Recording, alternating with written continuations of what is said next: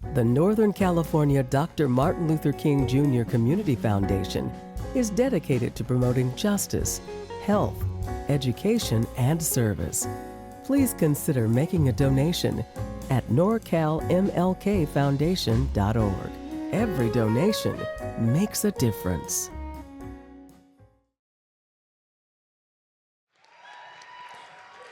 And now, please welcome the Executive Director of the Northern California Dr. Martin Luther King Community Foundation, Aaron Grizzell.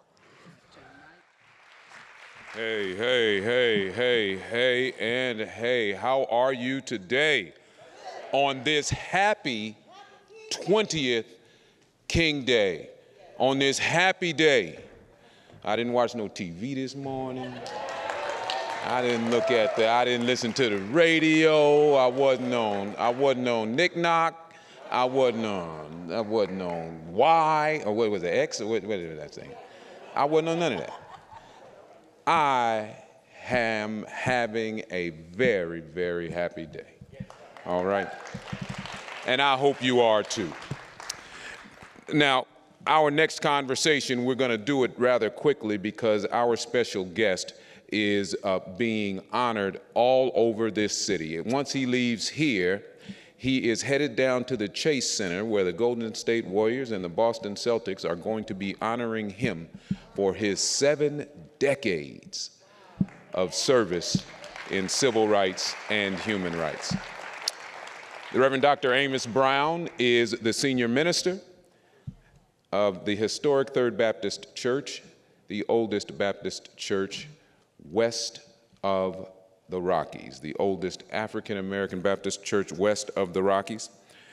And not only that, Dr. Brown also served as a member of the San Francisco Board of Supervisors, being appointed first by our own Honorable Willie L. Brown, Jr., and then being voted in by the people of this august city. He has continued at the helm of Third Baptist Church for nearly 50 years. He is now retiring from the pulpit ministry, but his life is just beginning. He went to Ghana again and brought 43 young people to Ghana just this past month. These brown fellows went to Ghana to learn about themselves, to learn about where they came from. We're going to talk about that, but first we want to talk about his very unique and powerful history.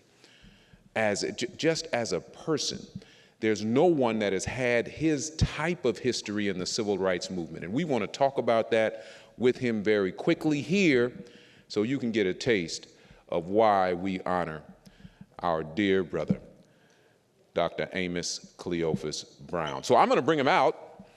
Let's give him a warm round of applause as he comes and we sit here. Thank you, Dr. You want to sit that far one? Okay. Good. Good. Dr. Brown. Dr. Brown. Yes, sir. Dr. Brown. All right, you see we got that clock there, which is not fair. It's like we're in the NBA some kind of way. You going to the NBA in a minute, aren't you? All right, so let's jump right in. It's 1955, and there is an incident. Let's see if we can spend a few minutes on this, and then we're gonna cover your connection with Dr. King. It's 1955, you're 14 years old, and tell us what happened. I was horrified, Brother Grizzell, when I looked at the cover of a Jet magazine. And on that cover was the mutilated head of one Emmett Till, who was the same age as I. And as a 14-year-old, I didn't know what to make of it because the elders whispered around the house saying that supposedly Emmett whistled, made a pass at a white woman.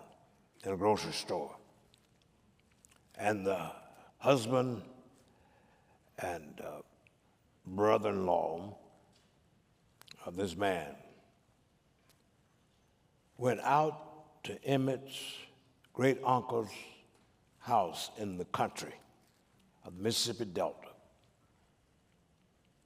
drew pistols on the old man, Mose, and told them, "Give me the boy. Give me the boy." And they took Emmett out of that house to a barn, shot him in the head, got a cotton gin wheel and barbed wire, and wrapped that gin around his body. Lord have mercy. They threw him in the Tallahatchie River, thinking that they were covering up their evil. But it is providential or poetic that on the third day, Emmett's body surfaced. Surfaced. And that just mirrored other murders, lynchings that white folks had committed against blacks in Mississippi during my childhood days. For during that same summer of 1955, before Emmett was lynched, a black Baptist preacher named Reverend George Washington Lee was very much ambushed by the Ku Klux Klan and the White Citizens Council at midnight, and with shotguns, they shot off his jaw. He lost control of the car. It ran into the house of a lady, a widow lady, Ms. Blair. Tore off the porch. No ambulance would take him to the hospital. They had to flag down a cab, and he died on the way. Now, Reverend George Washington Lee's funeral was the first open casket funeral, not Emmett Till's. Reverend Lee's wife said, "I want the world to see how evil these white folks are and what they did to my husband." And people converged on that little hamlet, Belzoni, Mississippi, where he was president also of the NAACP. So many of them that there were over 2,000 there. They couldn't have the funeral in the church. They had to have it out on the lawn of the church. That was May the 7th, 1955. Come August the 13th, 1955, Lamar Smith, a World War I veteran and farmer, was on his way to the courthouse in Brookhaven, Mississippi, to deliver some absentee ballots. And do you know, at 10 o'clock in the morning, members of that Ku Klux Klan and that White Citizens Council gunned him down. Cold blood. Then come November the 26th, 1955. Gus Courts, a grocerman in the same area, Belzoni, Mississippi, was in his store. He was fired on. But thank God he survived the bullets. But they got him out of that hamlet by night. And he relocated to Chicago, Illinois, where he died in 1969. Why do I cite this litany of violence, brutality, and evil?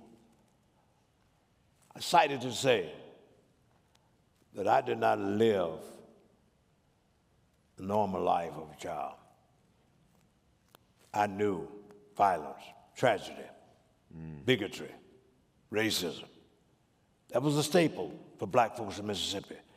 And going back in history, the state of Mississippi, according to the Poverty Center, they documented that there were 581 lynchings of black people from 1882 to 1968. Now, those are the ones that were recorded by the Tuskegee Institute. So, America and the South and the so-called religious folks in the Bible Belt who didn't speak out against this violence, they have a lot to answer for. And that's why it is saddening everybody's heart that as we celebrate Dr. Martin Luther King's birthday, the states of Alabama and Mississippi are also celebrating Robert E. Lee. Robert E. Lee's. Huh? Yeah. What did Robert E. Lee stand for? Slavery. What did Robert E. Lee mirror? That culture of violence against black people.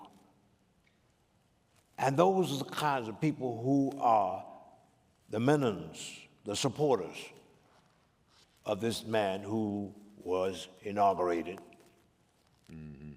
Go back to that White House.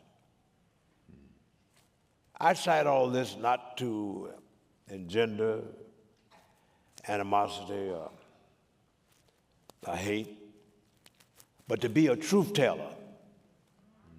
The Bible says you should know the truth, and the truth shall set you free.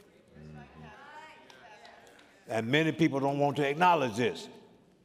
They claim that we shouldn't be going back there. We shouldn't have a Sankofa moment. That's what this stick that I have represents. It symbolizes a message, wisdom from Ghana, West Africa. It's a bird with an egg in its mouth, looking backwards in order to move forward.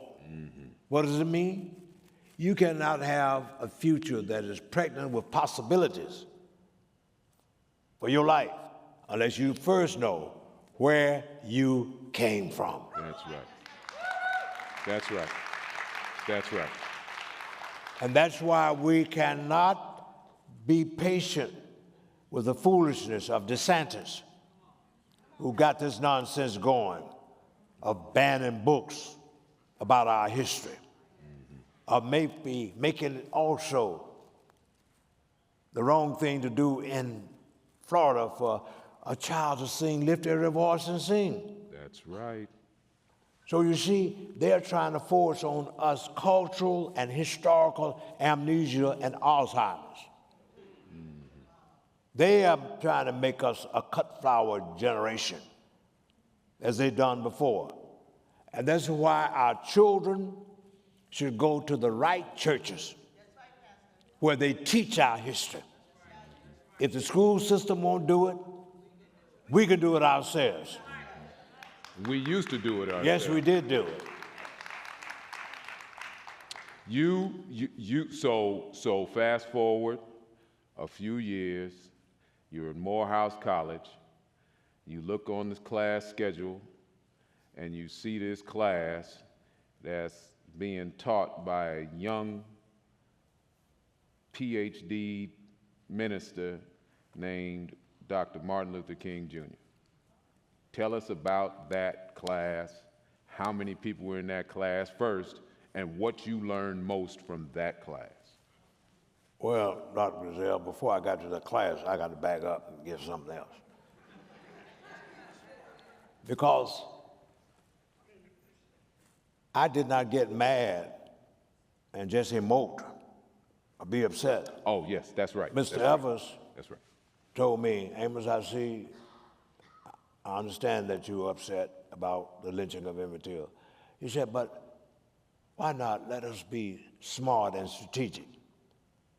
Let's organize a youth council of the NAACP so that you and your young friends will be able to fight this evil of racism, bigotry, and violence in a smart, strategic way. And that September of 1955, I organized the first youth council of NAACP in the state of Mississippi at the age of 14.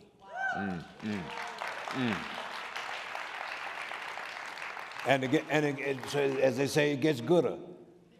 Because I followed my elders' admonition and suggestion, Mr. Evers asked my mother if I could accept a prize coming from him. And what was the prize? A trip to San Francisco to attend the 47th annual meeting of the National Association for the Advancement of Colored People. And Mr. Evers had just bought a 1955 Oldsmobile. We call it the Blue Goose. It was blue and white. Mm-hmm. We left Jackson to Vicksburg, Shreveport to Dallas to Amarillo, down to Santa Fe. How you remember all Santa Fe to Flagstaff, Arizona, from Flagstaff to Needles, California, and then on up through the valley to the Bay. And that was the first time that I had seen this much water because Jackson was landlocked. That's right. Jackson's landlocked. And I didn't have money to stay in the hotels as other delegates did. But my mother had a friend whose relative lives here in San Francisco, up there on Fulton near Broderick, the Hutchinson family. Mm-hmm. And that week, I walked from Broderick and Fulton to that convention center. Yeah. For the sessions every day. Wow, wasn't it a great experience? I first met Dr. King, Martin Luther King, at that meeting. So when you took that class, you already were familiar in terms of... I met Dr. King, oh my God, yes. Okay, yes. okay. In fact, okay. I had in my possession his speech that he delivered the night, which was youth night of the convention. Mm-hmm. And boy, he got the house that night. It was on Wednesday night. He ended that peroration by saying, I have the dream that the day will come when all of God's children, from base black to treble white, will be significant on the Constitution's keyboard. I want to cut it off just for a second right here, because that quote, if you go outside underneath that waterfall, that quote is right there. And I gave the artists that's right. the idea for what should go on that wall. That's right. That's right. That, by the way, when it was built, was the second largest monument in honor of Dr. King, because it was built before the Washington, D.C. Yes. monument in the Yes. Capitol. Once the Washington, D.C. monument was built, it became the third most significant. So the African American community, the community of color here, and our city and county of San Francisco made sure that that monument was going to be significant for those who come to the city and county and experience what it means to need beloved community. Yes. To require beloved community. And it's incumbent upon us, this has been Dr. Brown's message for 50 years, incumbent upon us to do it. Now, we've got 5 minutes. Tell us about the class. What did you learn in the class? Oh, it was a rich and rewarding experience. There were only 8 of us, and we were chosen. We were handpicked. Oh, really? Oh, yes. You see, after Dr. King left Montgomery to go back to his home, Atlanta, to work with his father, Dr. Benjamin E. Mays, his intellectual and spiritual mentor, told him, Dr. King, you need to come aside and do some reflecting and teaching before you go to the next level in the civil rights movement. And it was that second semester of 1962 that 8 of us were chosen who were already student leaders. You see, I was elected national chairman of the Youth Work Committee of the NAACP at the age of 17. Oh, wow. In New York City, it was the occasion of the 50th anniversary of the founding of the NAACP. And I have a picture in my office of Roy Wilkins, Dr. King, both congratulating me for being elected to national chairman. And it was at that convention, too, let me give you another tidbit of history, that a busload of young people from Oklahoma City, Oklahoma, came to the convention to report on the successes of their demonstrations in 1958. The student movement did not begin in Greensboro, North Carolina, in 1960. When that group came from Oklahoma City to New York, They made a report.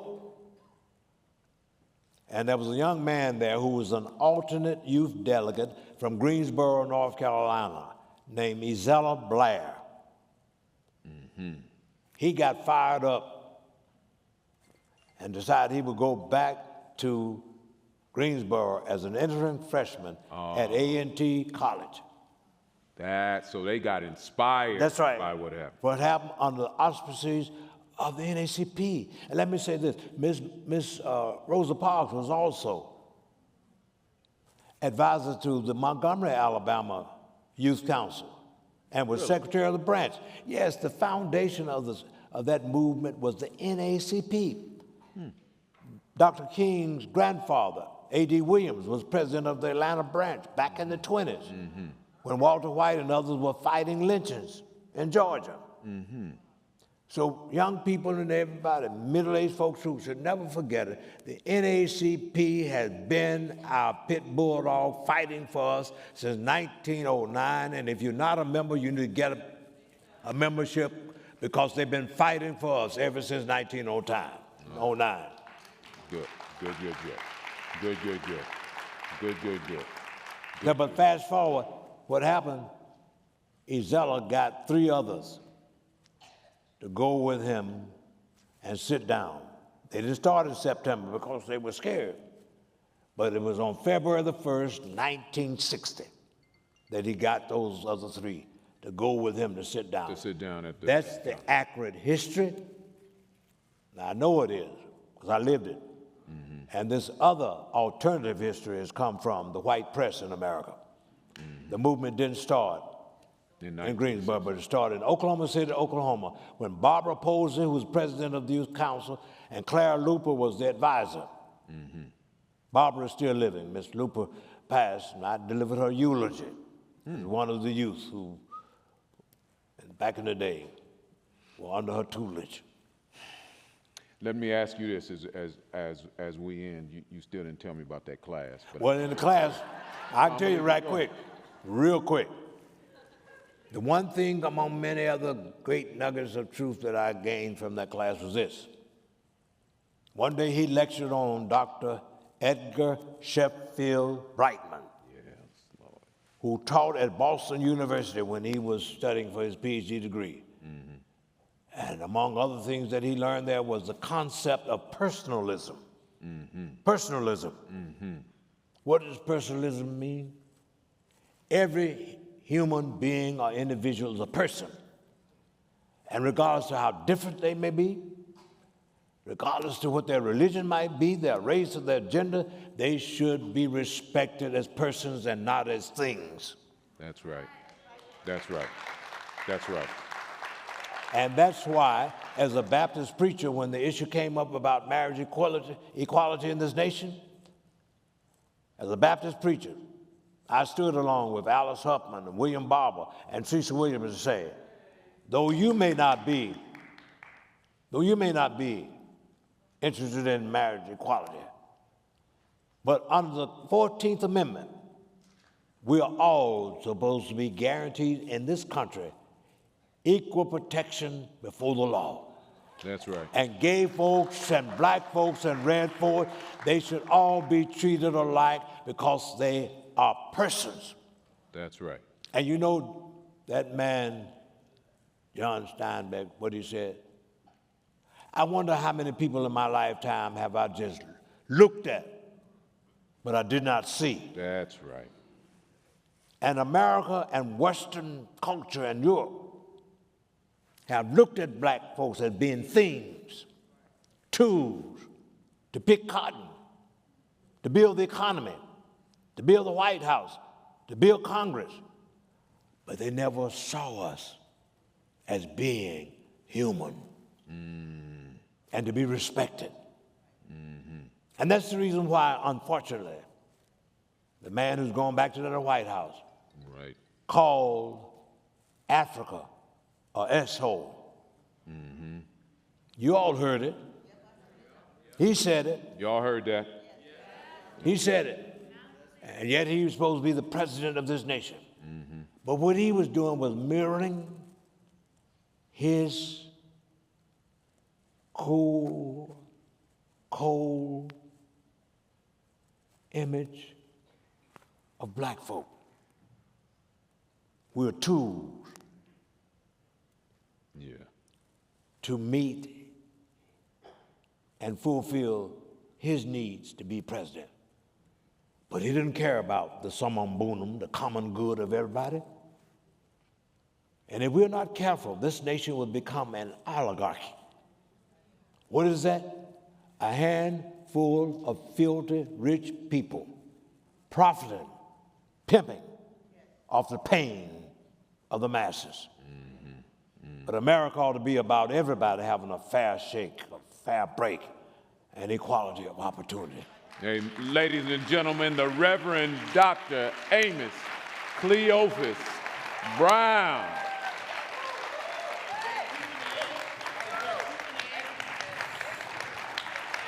Thank you. Dr. Brown. Thank you. All right, so Dr. Brown has to be ferried to the Chase Center to be honored by the NBA and the Golden State Warriors for his life. So we got to get him over there right quick to do that. Thank you all. Stay right here. Stay right here. Dee Dee Simon's coming back. Oh, my God. Oh, my God. Oh, my God. She's coming back. Stay right here. Let's give him a hand. Let's get up. Yeah.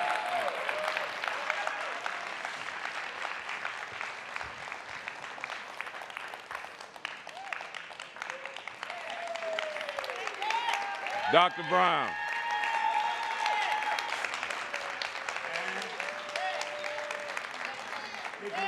If you want to hear some more, come to Third Baptist, 10 o'clock a.m. any Sunday morning, and we continue the discussion. Thank you, Dr. Brown.